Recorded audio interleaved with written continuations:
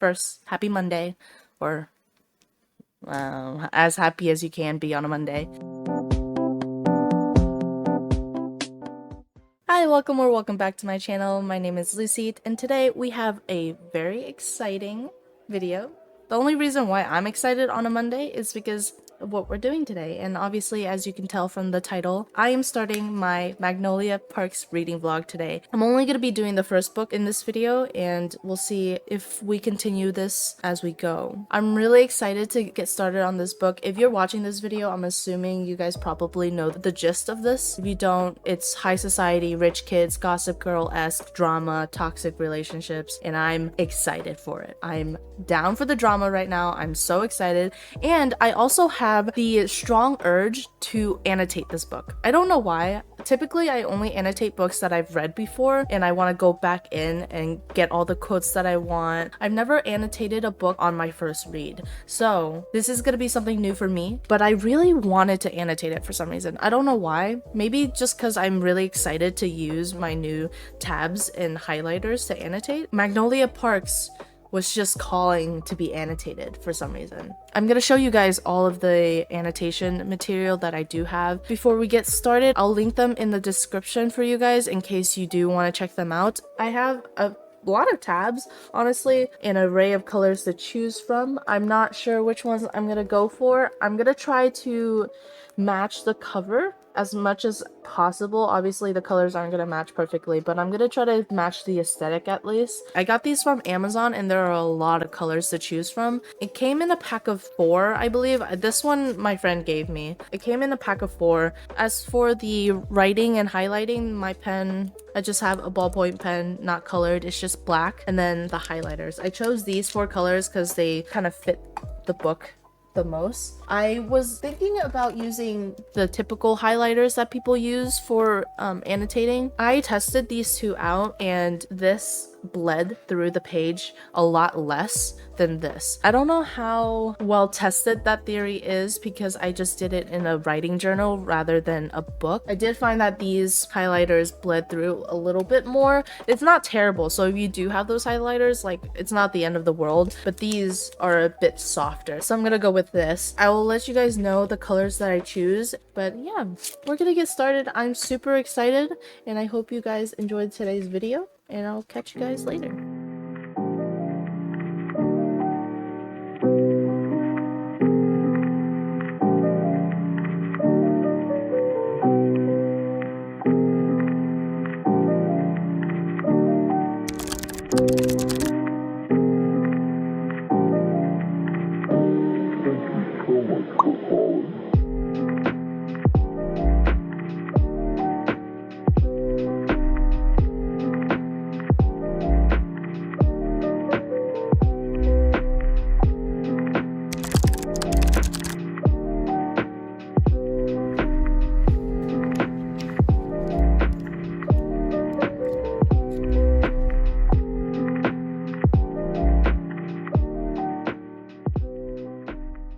Alright, if I don't give this book a 5-star, it is very close. I haven't had a show, let alone a book, fill that Gossip Girl hole. Lucy, what do you mean by that? After watching Gossip Girl, there hasn't been a show that really like scratches the itch of drama, of rich people, because I don't want to watch reality TV. I don't care about real rich people. I want the version where things happen and like it's so unrealistic for my life. Watching reality TV shows of real rich people, it doesn't scratch the itch as watching like Gossip Girl. And this book is doing it. I have never read a book where a sentence could be so cute yet so toxic at the same time, and I'm living for it. I've been annotating. I don't know if you guys can see that. I don't put my tabs too far out, but I've been annotating, and I'm on page like 159, chapter 20. I'm loving it so far. When I tell you, there isn't a single page where I don't annotate some type of way. I love the way Jessa Hastings writes. She has a really beautiful way of writing description, and there are so many quotable sentences in this book. It's, again, just mind-boggling how someone could say the most unhinged sentence and I'd be like, oh my god, but that's like kind of cute.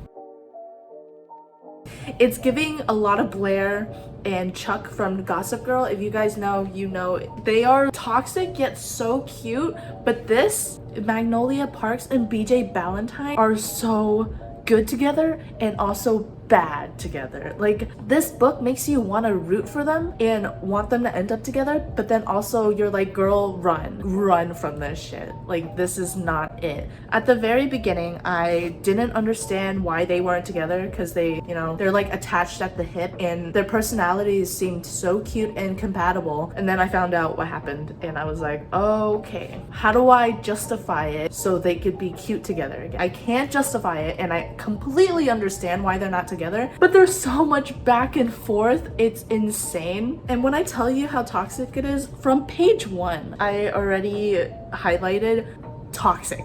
I think BJ is super cute and really sweet and funny. He just has a really big flaw about him. I don't know how to help my boy. And then Magnolia, she is so funny. She has a tendency to babble a lot whenever she has opinions or something is stressing her out, and she just talks and talks and talks, and I think it's the cutest thing. It's just a really refreshing read. Yes, it's toxic, and yes, it makes me go, why? Please stop, make this stop. It doesn't give you happy emotions per se, but it's refreshing in the sense that it's not anything like I've read before, so it's refreshing that it's so new and different yet so good. Wish me luck. I'm already stressed out by this duo, so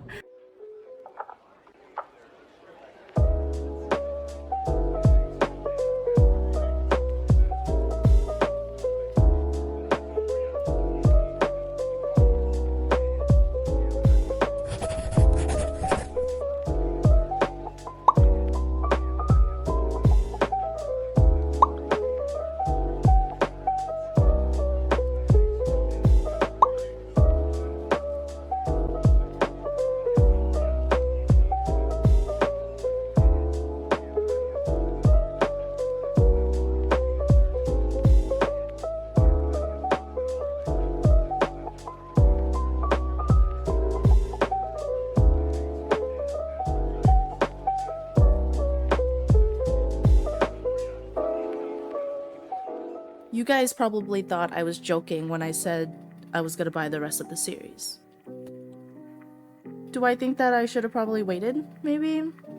Yes, but I have a reason. I promise I have a reason for my insanity. I was on TikTok because I wanted to know how many more books, because I originally thought that there were only going to be 2 more books, so 6 total in the Magnolia Parks universe, but I did find out on Jessa Hastings' Instagram that there's going to be 1 more Magnolia Parks book and 2 Daisy Hates books, so that is a total of 3 Magnolia Parks books and 4 Daisy Hate books. It's actually 3 more books, and you know what? This is the content that I need.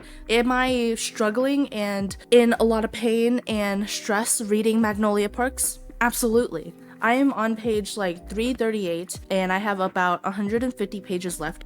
I am stressed out. I wrote and highlighted a lot in here. The quotes are still very quotable, but the rating is going to be a little bit lower just because there is some repetitiveness in this story. The things that they do to each other, it kind of goes back and forth, back and forth, back and forth. And at some points it does feel a little repetitive, like, okay, like enough is enough. I also understand that's the whole concept. I'm not gonna fault it too much. I will say that if you are looking for a kind of plot heavy character development kind of book, I would not read this. I would recommend this book if you are looking for something that makes you feel like you're watching the show. That's it. Like, there are things going on, but the main point is their romance, and it's not gonna be like a issue, a plan, a climax, a resolution in the end. It doesn't have that whole arc of storytelling, but it's very similar to watching a TV show. It's still very entertaining, don't get me wrong. It's still a very good book. I think the first time I talked to you guys, I said it was gonna be like a 5-star. Now I think it's probably closer to a 4 to a 4.5. Another thing that I wanted to mention was whenever they tell the story, it kind of feels like they're talking to you as friends. There are so many times that there is this fourth wall break, and it's entertaining. It's like you get what I mean. Like, you get what I'm saying, because it does feel like your best friend is telling you all the gossip and tea about their dating life. Let me know if you guys want me to do reading vlogs for the rest of these. I probably won't read them right after finishing Magnolia Parks because it's very emotionally draining, and I just know that the ending of it probably will make me so upset just from other people's reactions that I'm probably gonna take a break before I jump into Daisy Hates.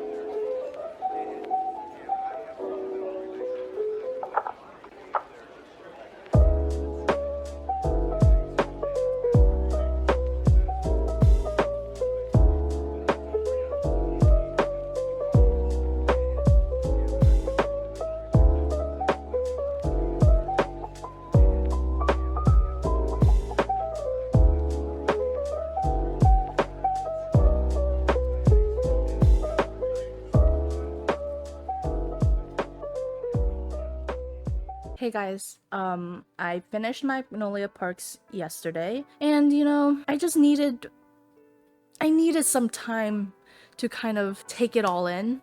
It was a lot. It broke my heart. Obviously, it was bound to happen, and I actually kind of guessed who it was, and I was really praying it wasn't gonna be this person, but it ended up being this person. It broke my heart extra, which is understandable. Things were looking up, but I just knew. I knew it was just gonna come tumbling down, because how do you expect a relationship with secrets? I guessed it, but I also did not guess the extra details, obviously, which made it so much worse. It was like rubbing salt on a wound.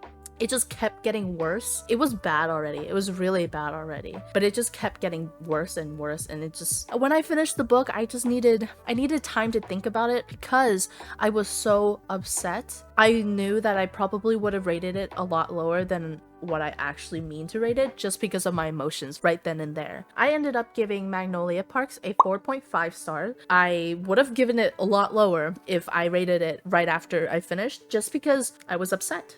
I was upset. But the longer that I thought about it, the more that I realized that's exactly what Jessa Hastings was trying to portray, right? Like, she wasn't trying to write a lovey-dovey romance. She was writing a toxic one. And for her to be able to write a relationship where you love the characters, yet also hate what they do to each other, says a lot about her writing, because she writes these beautiful descriptions and quotes, and then turns around and shows you how toxic these two characters are actually to each other. I tabbed it a lot. I annotated the inside a lot as well. This was the first book I've ever written in and tabbed on my first read. So I'm actually really happy that I did that, because it made this experience so much more fun. I took the time to read. I took the time to highlight all the cute moments, all the funny moments, and all the really annoying toxic moments. So it really felt that I'm invested now. I am invested in their relationship, and I'm really excited to continue this universe. I already have the 3 books that are out right now, and there are 3 more going to be out. You betcha I'm gonna get those 3 as well. I'm not gonna start Daisy Hates right away though.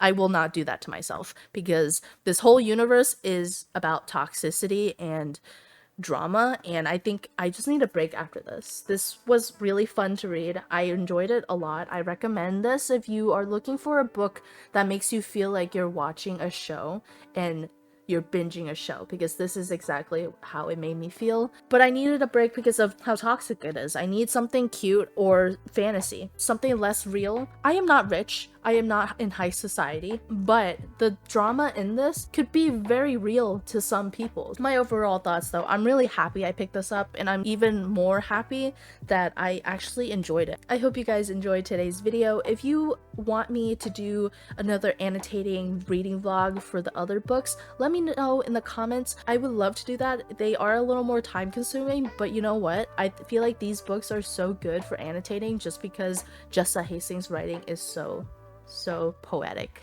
But yeah, thank you guys for watching. I will see you guys in the next video. Bye!